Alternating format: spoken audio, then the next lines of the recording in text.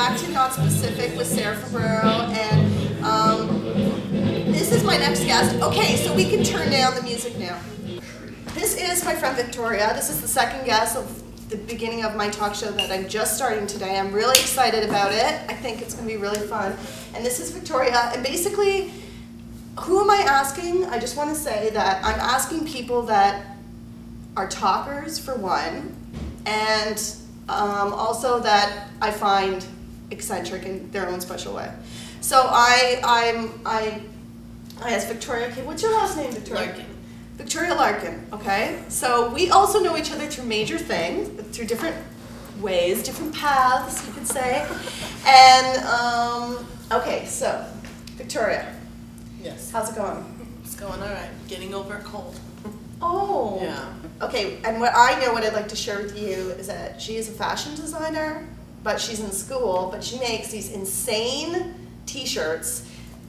Can I just describe? Yeah. Actually, maybe you can bring one, and I'll wear it one day as to promote, of your head blowing off on the t-shirt, like t-shirts for women that are covered in blood, because we're in the US. Obviously, I think this clothing is sensitive to, like, North America, like you wouldn't want to have this. But anyways, we are at war, but still, like arms blown off, like more Kill Bill style, like gory, not like comic gory. Like it's not like, oh, it doesn't really look like her head blew off, but I like the gore aspect of her work.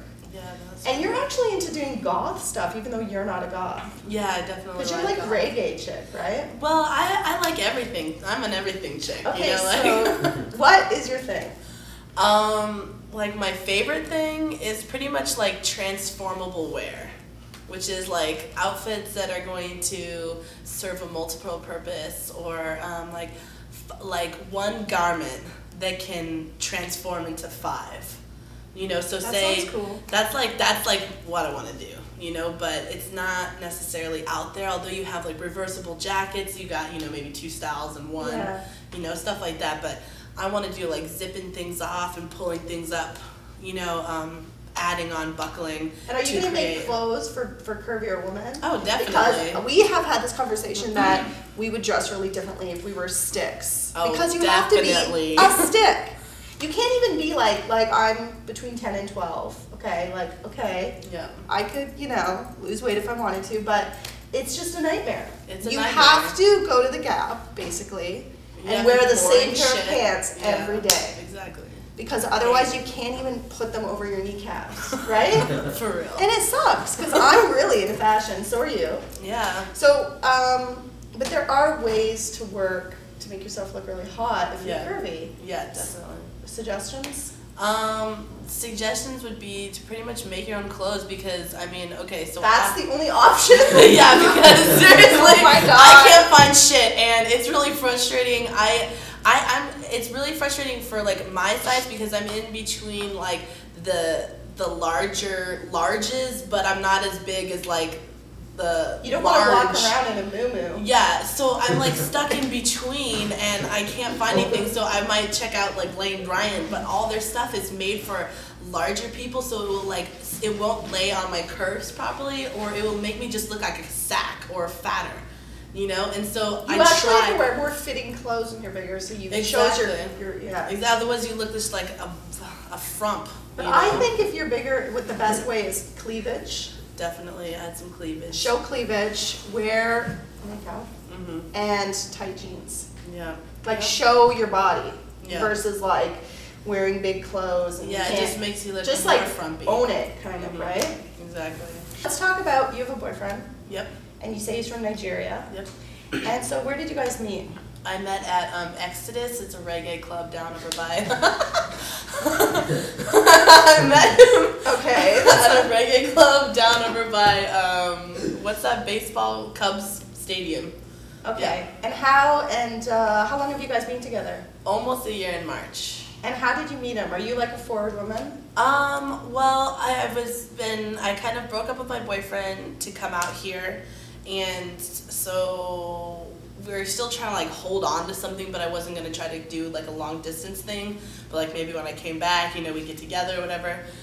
Anyways, he ended up like boning all over the place, and I was pissed. What? Yeah. Previous boyfriend? Yeah, and so I was pissed, Nice. so I was like, fuck this, nobody's getting, you know, any pussy without me getting some dick, you know what I'm saying? So like, I went out there, and I was like, I need to get what I need, you know? Yeah. And so did he tell you he cheated on you? Yeah, he told me. He was like, I've been cheating on you forever. No, not forever. No, only since like I left, and then it was like a couple months after I left, and he went to like started doing all these things that he wouldn't do when I was there. Okay. That I was trying to get him to do. So I was really frustrated because he didn't like this going to San Francisco and all. Anyways, this is a backstory. So I was just really frustrated with him. So I had made kind of like a list of about like what I wanted in a guy. In my head. What is it? What's your list? I'd like to know. For this particular person, the list was the guy that who you have now. The list was that I wanted somebody who knew Chicago. I wanted somebody to take me around, show me the town. I wanted someone who had a car. I wanted somebody nice. Yeah. I wanted somebody nice. I was looking for a black guy, and I wanted somebody who had a big dick. And so sounds good. Okay. I made my list. Why were you looking for a black guy? Were you looking for like? Because I always kind of was like attracted to black guys, but yeah. And do you find I find that black men are more interested. You don't have to be a stick to be looked at. Definitely. And I always get they check me out more than white guys. Exactly. I don't know what it is. I think they enjoy a little bit of meat. Probably. Rather than I don't know. I definitely noticed that. Yeah. So so how'd you meet? So you were like, I have my list. Weird? Because not just because he's black doesn't mean like he's gonna have a big dick and he's gonna be. Ken says most of the time is the case, but not all the time. And it happened for you? Well, yeah. So it was actually too big, but wow, really? Yeah. It took a long time to get used to. Oh, really? Mm-hmm. Yeah, it was like. I can't imagine that situation. Yeah. So. When I went into the club, I was looking for my friend who happened to be lost, and I'm kind of like going toward the back of this club, and then I swear it was like this. It was like I saw him like standing in the center of the crowd, and I just like was drawn to him, and I just like went right over. And it was almost like, there you are, like I've been looking for you. It was crazy. And then like and he was like, yeah. He was like, hey, let me get your number, and I was like, yeah, and I typed it in, and then we hung out for like a little bit, and then he called me the next day. But my friend happened to be in town from California. That's why we were at the reggae club for preliminary to take him out and show him the town, you know. So I was kind of with him, and then I ended up getting bronchitis and getting really sick. He called me every day, wanted to hang out. Then he was going to Florida, so we didn't hang out for technically another week later. Then I had like, it was actually my first date too with somebody who I never dated. I didn't really know, like, I don't think it's kind of weird. I don't like dating. So, no, I don't like to go on a date and like get to know somebody. So this was my first one, so I was really nervous. Oh, really? So how do you, if you don't go on a date to get to know somebody, how do you start? Like, well, my first two boyfriends were friends. Okay. And then I kind of like start off with being friends, and then I end up like, you end up my sexual friend later on. That sounds good. Yeah, it's but weird. That's a hard thing to do. I think it's hard to cross over.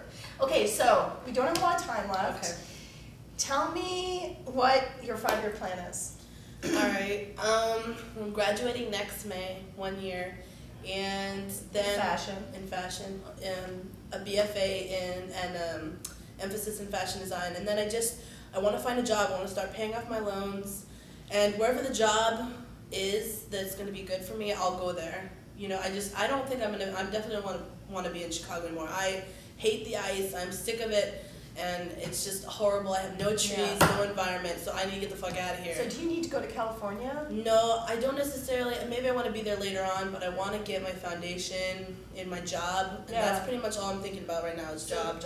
So are you thinking New York? I don't want to live in New York either, so I don't really know exactly where I'm at. Okay, do you think, so right now you're just thinking career. You're not thinking, how old are you? 23. Okay, so you're not thinking of like, if you have to break up with Ken, it's okay. Mm-hmm. You're not worried about buying a house right now. You're not worrying about any kind of family situation. No, you just got away from your family, so you probably just want to be away for a while. Yeah. And you don't want kids. No. Great. Okay, so do you have any final advice for me? For you? Or for us, as like what you think would, have to make the world a more positive place? I think if everyone just, listened more and didn't, just do what they wanted to, just add that. I just think, like, communication is the key, period. Communication.